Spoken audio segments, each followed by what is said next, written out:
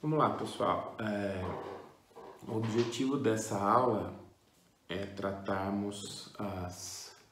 apresentarmos os padrões e as principais características dos processos de revolução industrial atrasadas, né?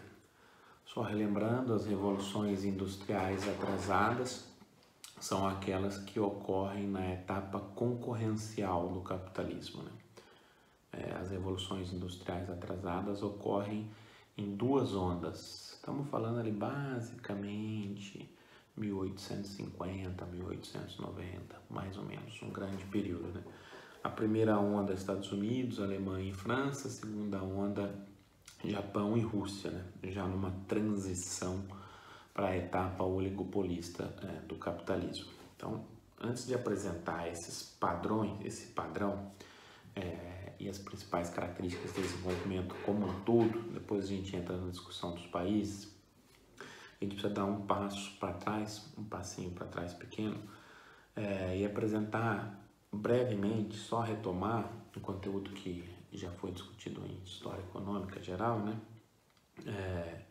As características, o padrão mais ou menos amplo de formação da Revolução Industrial originária, né? Para a gente estabelecer alguns contrapontos e entender depois como que a divisão internacional do trabalho forjada pela Inglaterra gerava uma certa complementaridade restrita que, em condições muito específicas, em condições socioeconômicas muito específicas, desses países da primeira onda viabilizaram seu processo de industrialização. Então, dando um passinho um pouquinho para trás, né? Para a consolidação da Revolução Industrial originária, como a gente já discutiu no vídeo anterior, algumas características do capitalismo, então em consolidação e nascimento, a gente tinha alguns pré-requisitos, né? Havia a necessidade, só retomando, né? Havia a necessidade de consolidação de um Estado nacional forte, associado ao capital muito fortemente, para ser um vetor viabilizador do processo de extroversão desse capital também, para ser um vetor viabilizador do processo de reprodução em escala ampliada desse capital na dimensão interna e na dimensão externa. Então tinha a necessidade de consolidação de estados nacionais fortes associados à reprodução em escala ampliada do capital. Primeiro ponto, para a consolidação da Revolução Industrial originária.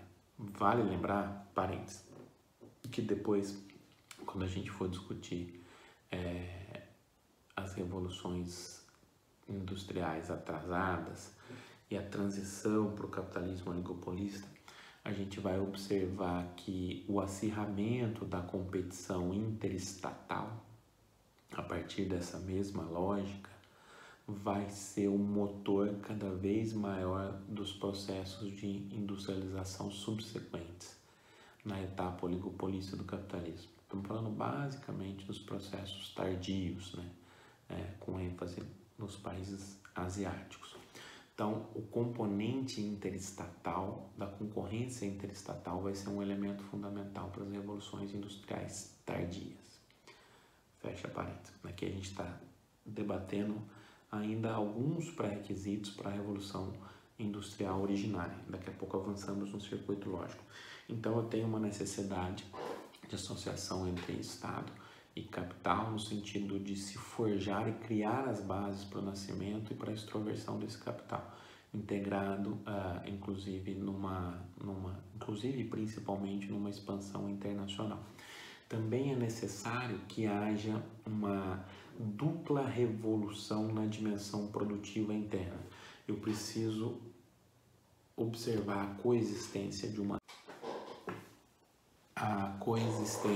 entre uma revolução na dimensão agrícola e na dimensão industrial nascente.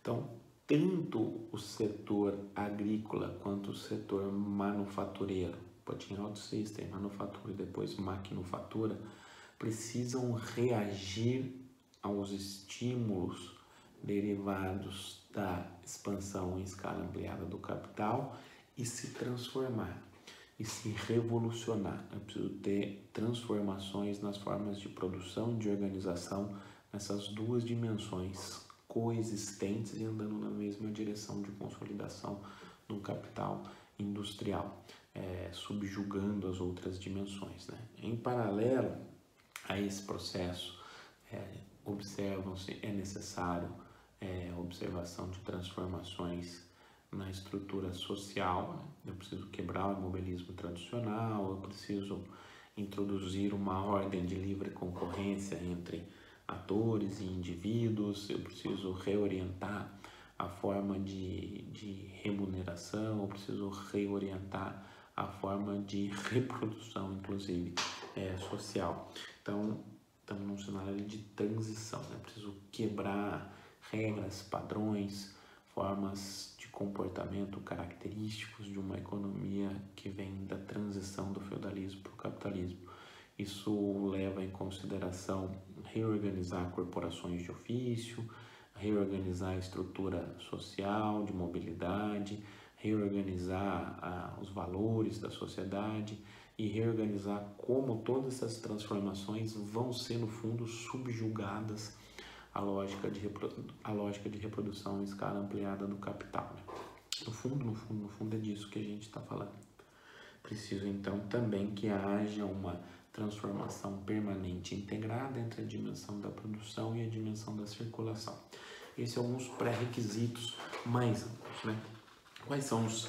Tudo isso, obviamente, passa por um apoio do Estado gigantesco em suas mais diversas dimensões, inclusive, talvez, principalmente militar, passando, inclusive, pela extração gigantesca de excedente a partir do controle inglês indireto do tráfico negreiro, né?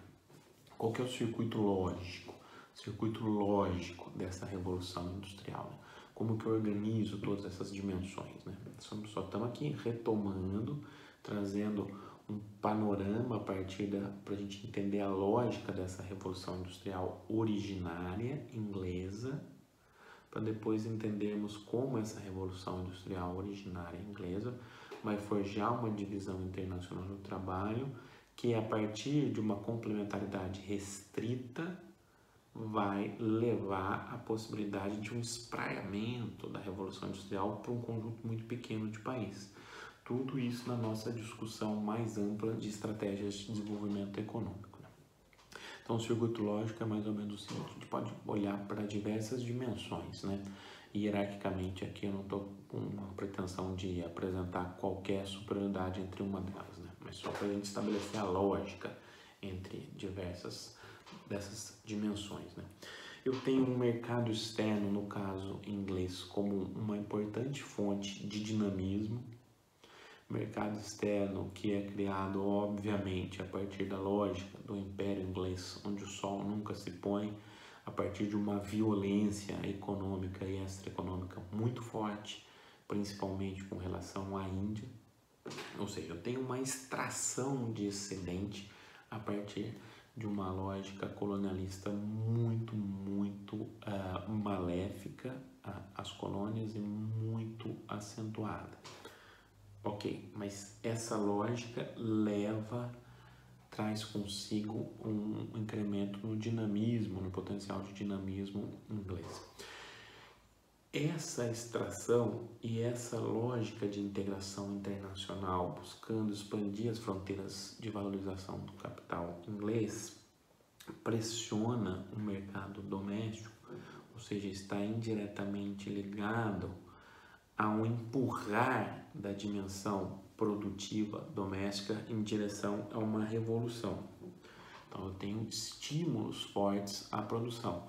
Não confundir com estímulos de mercado, né? Esse é um processo, o mercado é construído a partir de uma ação política forte, deliberada e sangrenta, porque baseada também e fortemente, talvez até principalmente no colonialismo, ele é construído a partir dessa lógica coordenada pelo Estado. Então, a produção doméstica reage. Tem estímulos externos, construídos dessa maneira que eu já coloquei, uma reação da produção doméstica. Essa reação da produção doméstica urbana faz com que haja uma demanda maior pela produção do campo, ou seja, tem estímulos de novo paralelos que derivam da expansão internacional. A produção doméstica urbana e a produção doméstica rural reagem, mas só isso é suficiente? Não. É suficiente que elas reajam e se reorganizem e passem por processos de revolução. Então eu tenho a coexistência de uma revolução urbana vinculada à manufatura até a maquinofatura com uma revolução agrícola. Tenho a reação dentro dessas duas dimensões interligadas e capitaneadas por um processo de criação do mercado via externalização liderado pelo Estado. Ok, essa reação na dimensão agrícola e na dimensão da manufatura trazem consigo, estão associadas e dependem, o sentido de determinação é mútuo, de transformações sociais importantes, que por sua vez reorganizam a forma de acumulação de capital. Essa reorganização, essa revolução na dimensão agrícola e industrial, vamos parar e vamos voltar. Essas transformações vão viabilizar um maior poder ainda do capital industrial inglês na esfera internacional, associado à dimensão também financeira e crescentemente e a dimensão militar, é claro, coordenado pelo Estado, mas o capital industrial vai aumentar suas possibilidades de valorização em escala ampliada. Tudo isso porque eu vou ter uma superioridade crescente inglesa na dimensão da produção, dado o seu pioneirismo na Revolução Industrial, o que vai acentuar o processo e, de novo, trazer mais dinamismo, entre muitas aspas, a partir de fora, para se acentuar e consolidar essa Revolução Industrial. Mas quais são as transformações? Lembrar que as transformações na dimensão agrária, na dimensão agrícola e na dimensão industrial têm que estar interligadas. Elas estão interligadas, são concomitantes. Na dimensão agrícola eu tenho os cercamentos, eu tenho uma expropriação, como a gente já discutiu, e a criação do proletário, eu tenho um processo de proletarização, eu tenho uma nova forma de organização que faz com que o trabalho vire mercadoria, a terra vire mercadoria, eu tenho uma reorientação da produção não para o suprimento das necessidades de consumo individuais, dos consumos daqueles que têm acesso à terra, eu tenho uma expropriação, uma incapacidade de reprodução da classe camponesa crescente a partir do acesso aos bens de capital e a terra. Eu tenho um processo de cercamento que vai subjugando cada vez mais o trabalho e a terra uma lógica de produção capitalista. Tem um processo de descoletivização, de reorientação para uma outra forma de produção, com muitos impactos sociais, como a gente sabe, negativos no sentido da expropriação. Essa reorientação também está associada a um conjunto crescente de investimentos vinculados a essa nova forma de reprodução. Eu tenho processos, construções de canais, construções de obra de irrigação, alguma melhora no processo produtivo, tem aumento da produtividade, aumento da capacidade de geração de excedente e uma integração maior, uma subordinação maior dessa lógica da produção agrícola a uma lógica da acumulação coordenada pela dimensão urbana, produtiva, industrial, que também está subordinada a uma dimensão internacional, forjada pelo Estado. Em paralelo a tudo isso, eu tenho uma revolução na dimensão industrial. Eu tenho a transição do putting out system, segmentação das atividades, quase como uma proto-indústria rural, quebra do processo produtivo em algumas etapas, controlado pelos mercadores, que vão distribuir insumos, integrá-los e depois comercializá-los. utilizando-se da mão de obra rural expropriada, que foi expropriada, utilizando-se desse processo de proletarização. Então, o Putting Out System, o avanço para atividades manufatureiras, ainda não estou falando aqui da grande indústria, da maquinofatura, estou falando da segmentação do processo produtivo em diversas etapas. A partir dessa segmentação, são necessários conhecimentos técnicos da produção muito menores do que aqueles que eram necessários no período de vigência das corporações de ofício. Então, eu tenho uma certa precarização da atividade do trabalho, tanto que diz respeito à exploração e das horas e das condições, mas também uma necessidade menor de um certo conhecimento do processo, que era plenamente dominado pelos artesãos. Aqui, como eu faço uma manufatura, estou segmentando etapas, eu desqualifico as atividades que vão ser realizadas pelo trabalhador nessas etapas. Só que toda essa forma de organização faz com que eu tenha uma maior produtividade. Isso traz uma superioridade, e lembrando lá a discussão do Adam Smith, né? Que vai estar aqui na grande indústria, um passo à frente. Isso faz com que eu tenha uma superioridade inglesa muito forte no que diz respeito à concorrência internacional. Tudo isso turbinado pela posse da Índia, a joia The Brightest Jewel of the Crown, a joia mais brilhante da coroa, pela violência na expropriação do excedente e pela centralidade das políticas públicas de incentivo ao desenvolvimento industrial. Tudo isso eu vou transitando depois para a maquinofatura e essa lógica de superioridade inglesa no cenário internacional se reforça. Esse é o processo o circuito lógico da Revolução Industrial originária.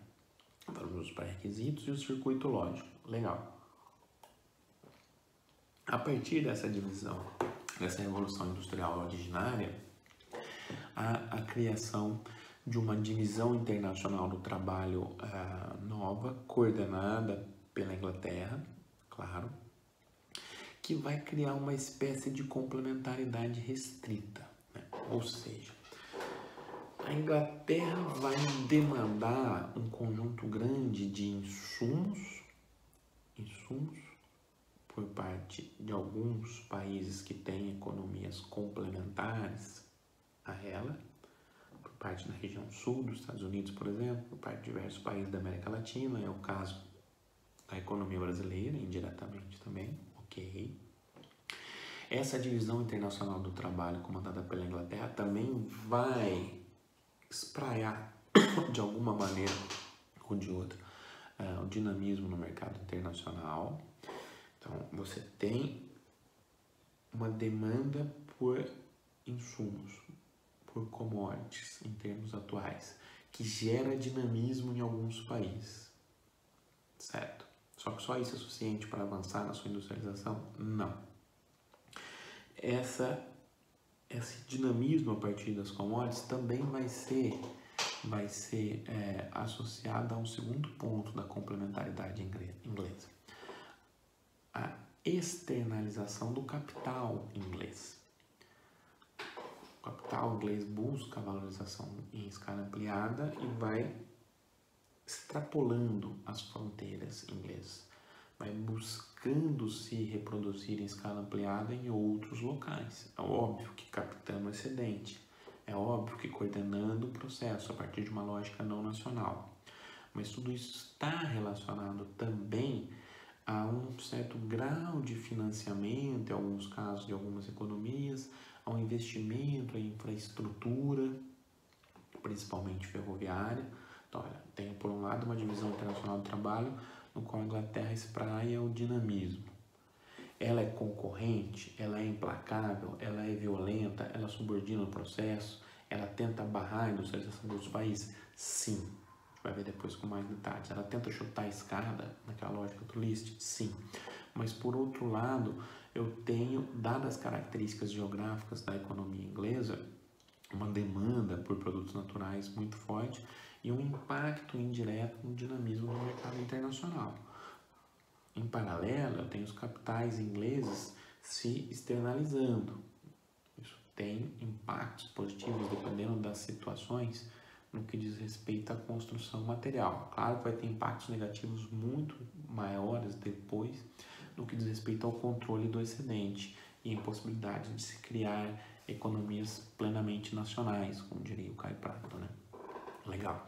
Mas em paralelo a isso, eu também tenho, na verdade, essa complementaridade inglesa vai avançar também, deixa eu retomar aqui, na exportação de alguma parte de máquinas, equipamentos, alguns insumos. Esse é um movimento tênue, né? Ao mesmo tempo que você tenta bloquear o acesso a essas máquinas, bens de capital no primeiro momento, a partir de um certo grau já de consolidação da industrialização inglesa e da necessidade de extroversão dessas empresas, você vai buscando brechas e tendo pressões no sentido de externalizar a oferta dessas máquinas e equipamentos também, que facilita o processo de industrialização de alguns outros países. Então, a complementaridade restrita. Por que ela é restrita também? Porque a concorrência com a Inglaterra em produtos manufaturados é implacável. É implacável. Você não tem capacidade de concorrer em qualquer um desses países de industrialização atrasada com a Inglaterra. Para tal, é necessário utilizar-se de um conjunto de políticas de desenvolvimento muito ativas, como a gente vai discutir daqui a pouco. Ou seja, a Inglaterra, por um lado, tenta chutar a escada, ela é implacável no que diz respeito à capacidade de outros países concorrerem com ela com relação a produtos industrializados. A outra face dessa mesma moeda são alguns países utilizando estratégias nacionais de desenvolvimento, buscando proteger a sua indústria nacional nascente, utilizar as políticas públicas dentro de uma lógica de indústria nascente e tentando contornar os limites impostos pela Inglaterra, certo? Utilizar políticas de desenvolvimento. Quais são essas políticas? Proteção à indústria nascente, incentivo à imigração, incentivo à espionagem, investimento em obras de infraestrutura, políticas de compra pública, o Estado consolidando mercados, proibindo a exportação de produtos não processados para fazer com que eles sejam subjugados, produzidos, tenham um maior valor adicionado doméstico, financiando o processo de industrialização, viabilizando a concentração de capital. Todas essas são políticas já tradicionalmente conhecidas de industrialização nesse momento e no processo de industrialização tardia. Então, os estados reagem. Olha só, é uma complementaridade restrita. Por outro lado, a partir dessas políticas e a partir nacionais, de Estados Unidos, Alemanha, França, depois Rússia, Japão em maior grau, né? A partir dessas políticas de desenvolvimento nacional e aproveitando-se da complementaridade restrita com a Inglaterra, dinamismo na divisão internacional do trabalho, demanda inglesa por commodities, externalização do capital inglês como até um veículo de financiamento e também de financiamento à infraestrutura, externalização de máquinas e equipamentos ingleses. Além disso, você tem uma divisão então internacional do trabalho, o Alonso fala, que de alguma maneira ela possibilita o espraiamento da industrialização por um conjunto muito restrito de países e com políticas de desenvolvimento muito fortes.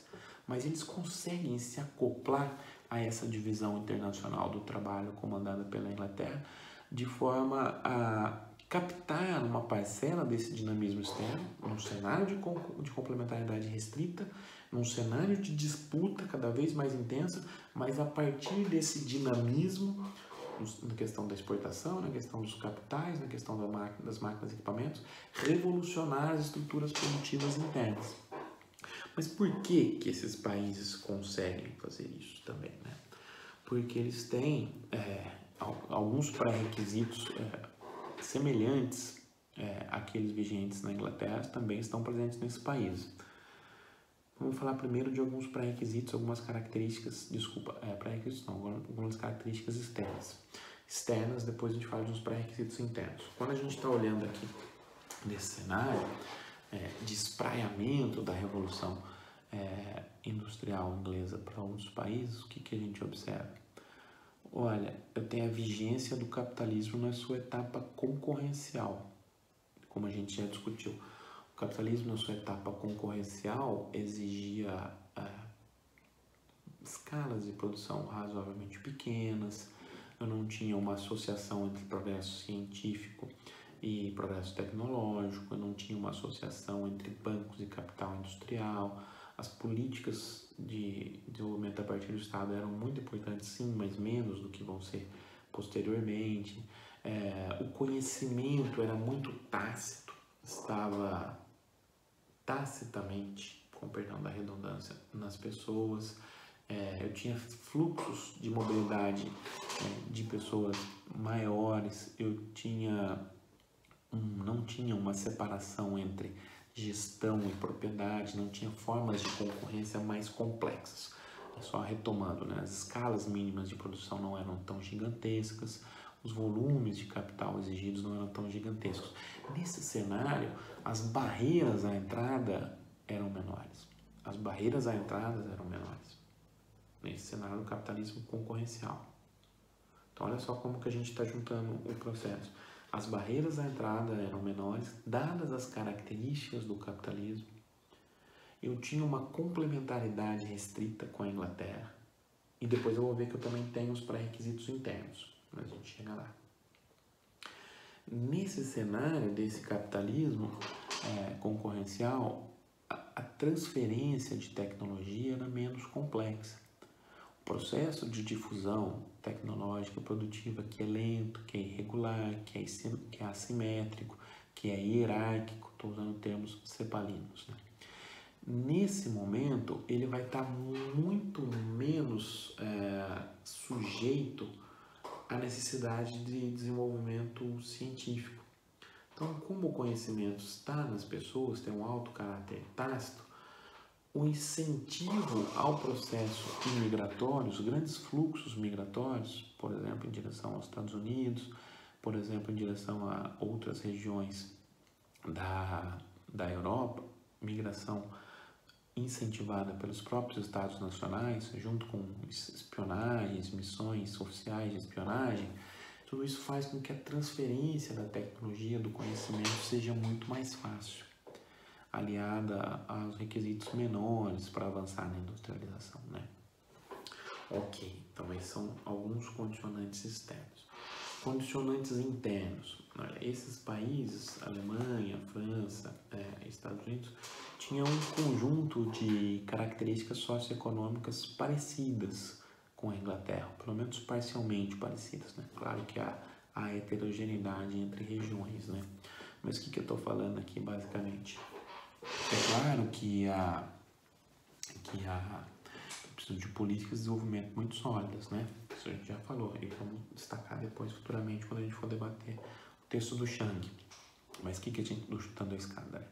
O que a gente está falando aqui? Olha, era necessário ter um amplo desenvolvimento do grau de mercantilização da sociedade, era necessário ter uma sociedade com um grau de urbanização já razoavelmente avançado, era necessário ter uma sociedade complexa, com uma divisão social do trabalho já avançada, era necessário ter um Estado nacional consolidado, com mínimas capacidades de financiamento, era necessário uma interligação entre a dimensão rural e a dimensão urbana, era necessário você ter capacidade mínima de criar excedentes e a partir dali reinvesti-lo, era necessário ter pequenos proprietários independentes, no sentido de ter um maior equilíbrio, algum equilíbrio no que diz respeito à relação capital-trabalho.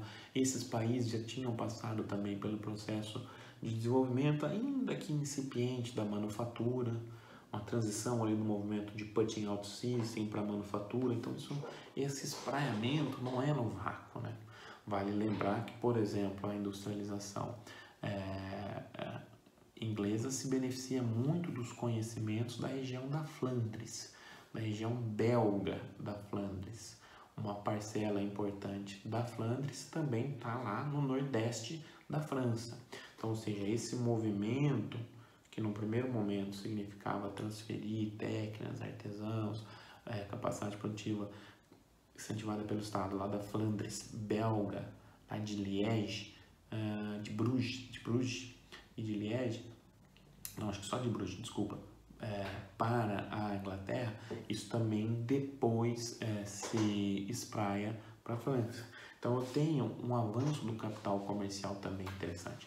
Então esses dois pré-requisitos, esse conjunto de pré-requisitos internos, desculpa, e as características externas, dada a complementaridade restrita, vão ser elementos viabilizadores dos processos de revolução industrial atrasadas.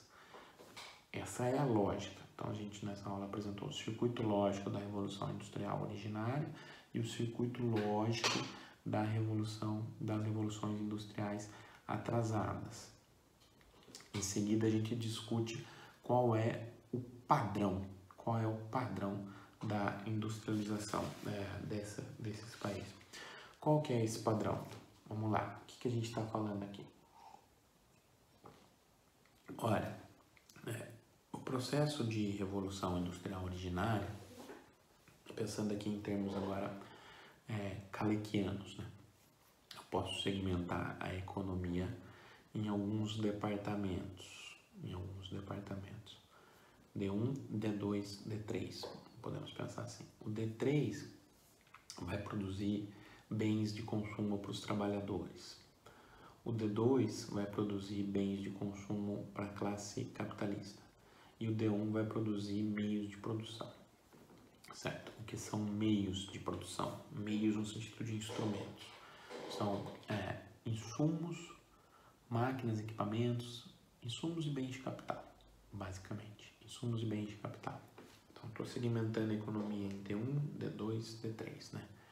Produção de insumos, máquinas, equipamentos ou meios de produção, produção de bens de consumo da classe capitalista e de bens de consumo da classe trabalhadora, certo? A classe trabalhadora, como vocês vão ver depois, um aforisma kalekiano em outras disciplinas, gasta o que ganha. Então ela não tem uma capacidade de autonomamente determinar o processo, de determinar a reprodução capitalista em escala ampliada.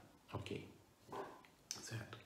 Olhando ali para o caso inglês, a gente observa que o padrão é mais ou menos o seguinte: olha, eu tenho uma liderança desse processo de revolução industrial pelo D2,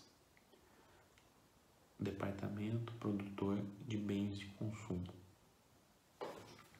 Eu estou olhando ali, estou agora segmentando em dois departamentos só, né? Não coloquei o D3 aqui nessa análise. Insumos e o D2, meios de produção. Insumos e meios de produção, D1 e D2, bens de consumo. A gente observa que a revolução industrial originária vem na Inglaterra pelo avanço no D2, fundamentalmente. Claro que tudo isso ocorre ao mesmo tempo, né? Mas hierarquicamente é o D2 que lidera o processo. Ou seja, eu tenho um avanço na indústria têxtil, estou falando da indústria têxtil, a gente sabe a importância das ferrovias, da complementaridade, no avanço na metalurgia, na revolução agrícola, em como todas essas dimensões estão relacionadas, certo? Mas no primeiro momento, estou falando aqui que a indústria têxtil é o vetor desse processo de industrialização. Só que ela só é esse vetor desse processo de revolução industrial porque a Inglaterra ocupa também o mercado mundial. Ocupa violentamente, como a gente sabe muito bem, principalmente a Índia, e consegue captar uma parcela do excedente. Então ela vai revolucionando a sua estrutura produtiva como a partir de um vetor, de um instrumento que vai viabilizar esse processo, concentrado numa lógica de crescimento do D2, Departamento Produtor de Bens de Consumo. Os outros setores que configuram também o D1 vão reagir. vão reagir a esse movimento e vão se interrelacionar, ok? A partir ali da segunda onda, da primeira revolução industrial, que eu tenho uma consolidação da estrada de ferro, eu tenho um avanço mais um pouco ali em direção a outras atividades mais pesadas, aí eu tenho o D1 consolidando um pouco mais.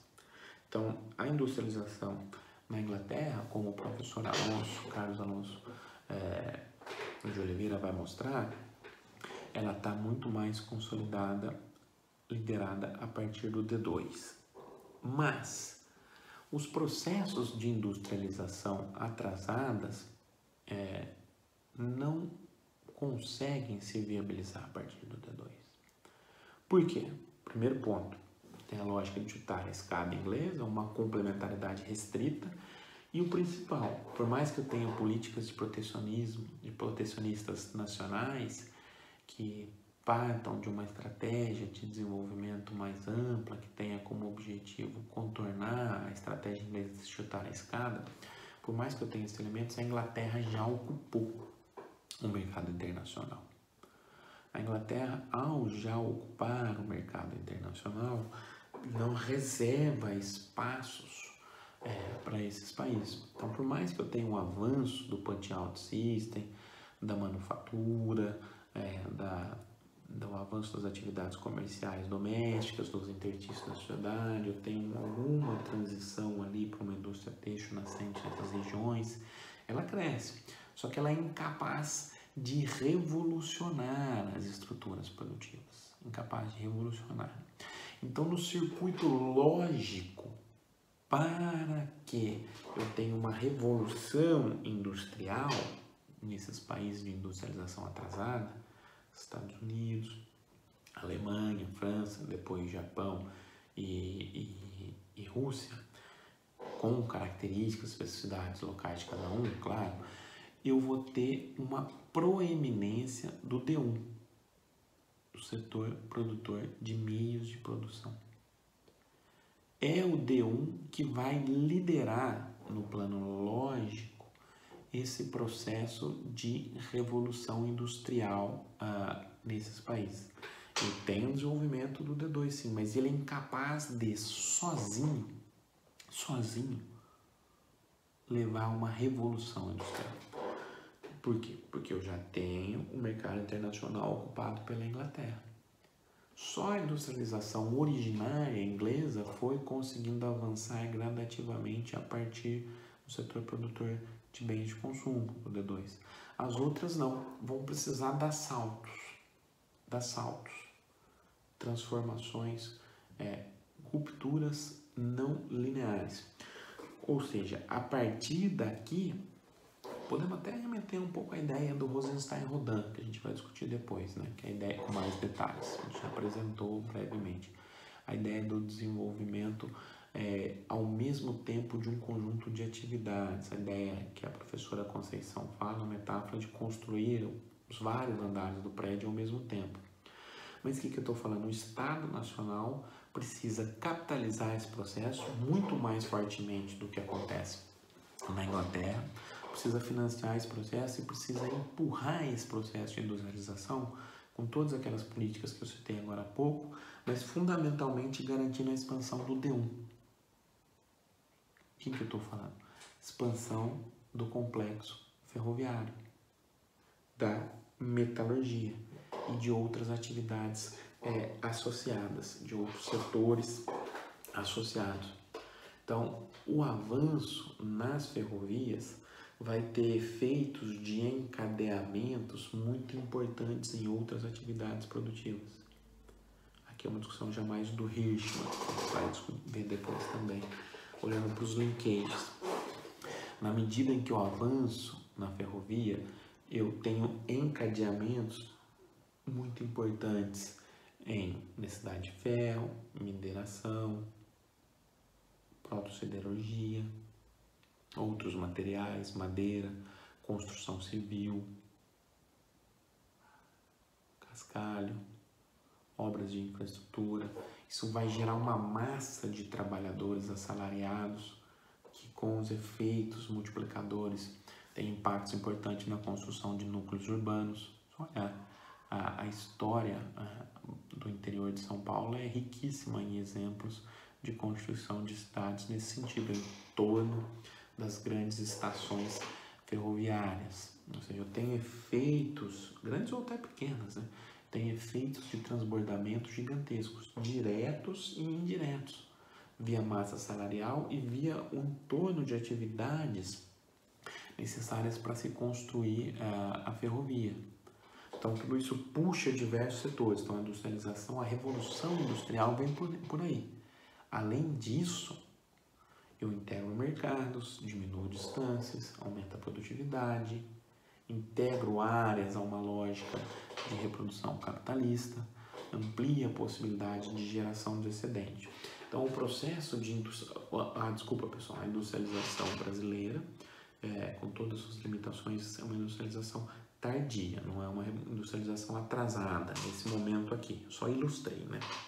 Então, eu tenho uma ênfase no D1, Departamento Produtor de Meios de Produção.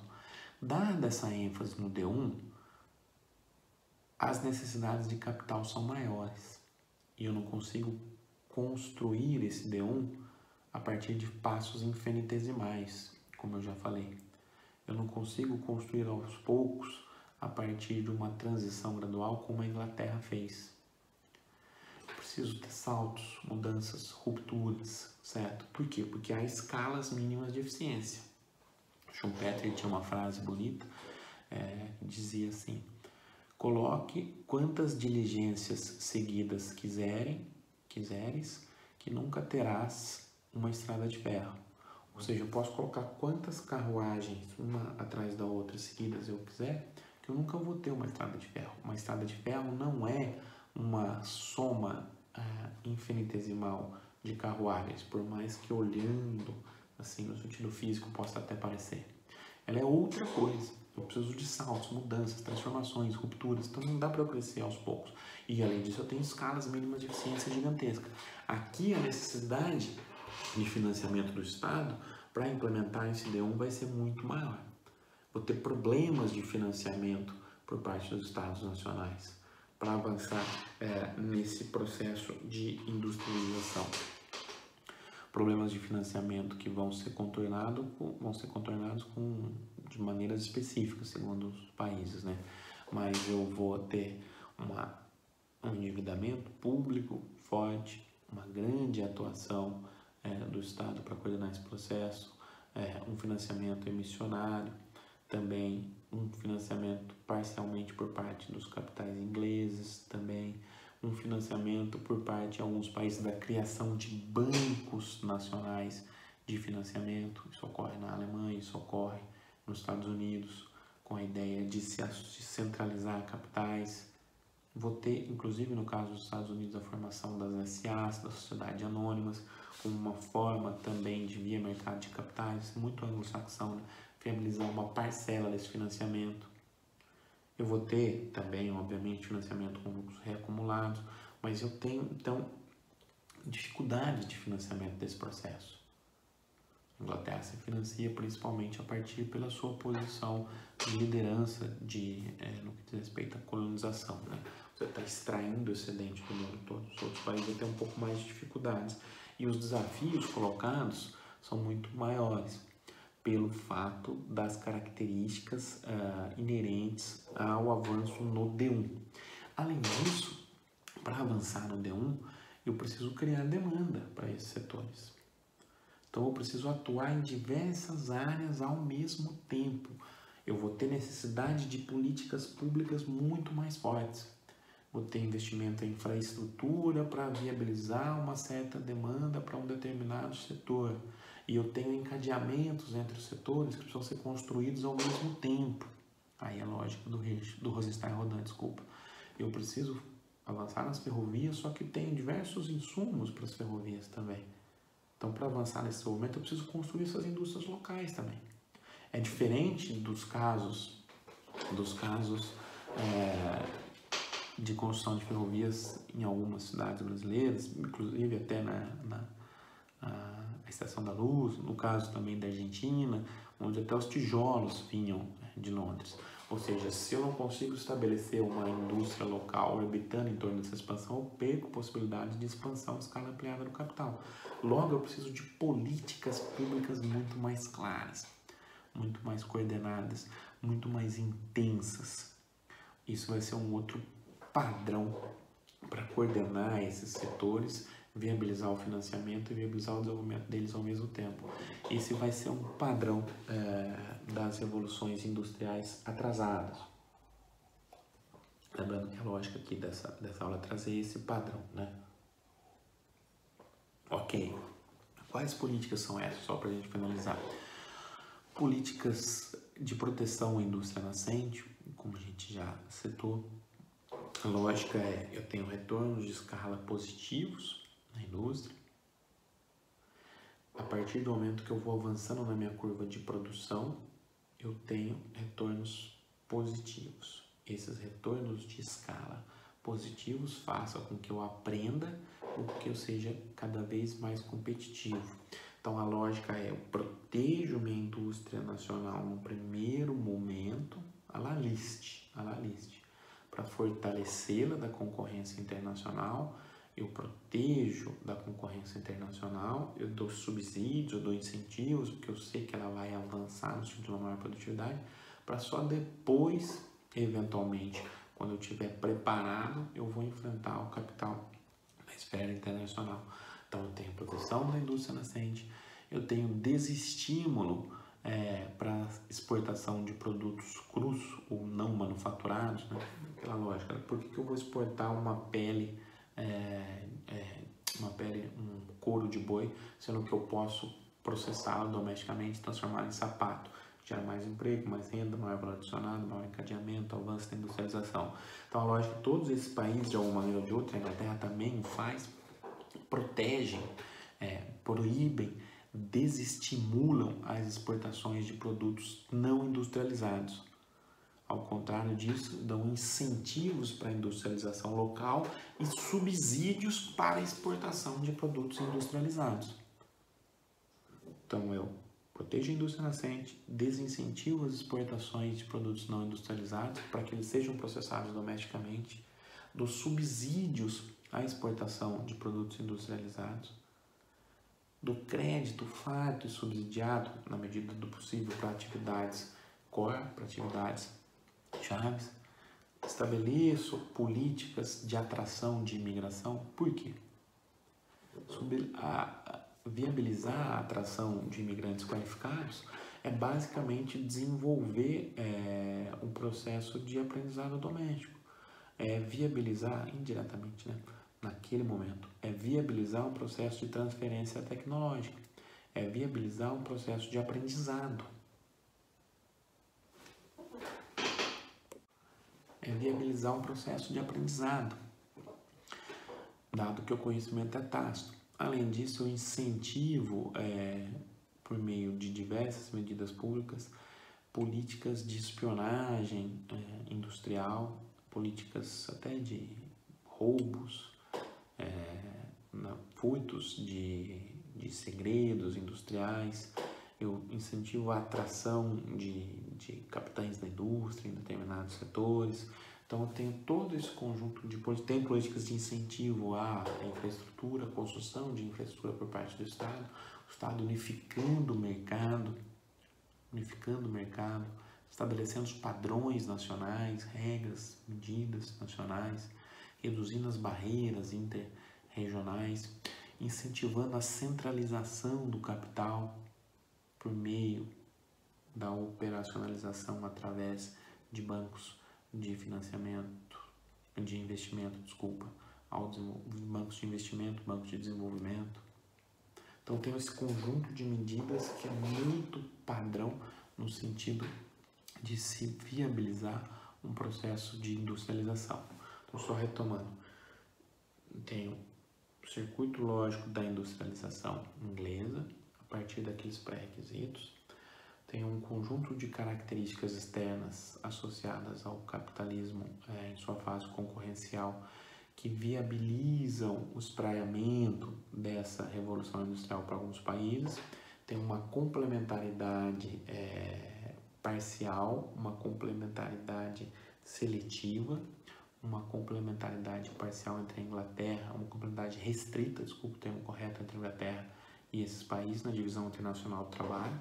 Esses países beneficiam-se dessa divisão internacional do trabalho por meio do dinamismo, da exportação de commodities, da importação de capitais, financiamento por parte de capitais ingleses, inclusive em áreas de infraestrutura, como ferrovias, beneficiam-se da exportação de máquinas inglesas, da atração de imigrantes, ok? Além disso, esses países têm um conjunto de pré-requisitos internos semelhantes à Inglaterra, uma estrutura socioeconômica semelhante à inglesa no período pré-primeira Revolução Industrial, uma economia com grau avançado de urbanização, diversificação urbana, com relações sociais complexas, quebra do imobilismo tradicional, avanço no put-out system, na manufatura, ainda que em graus menores, avanço no grau de mercantilização das relações, existência de equivalente geral, um Estado nacional forte e capaz de financiar esse processo de industrialização, existência de propriedades,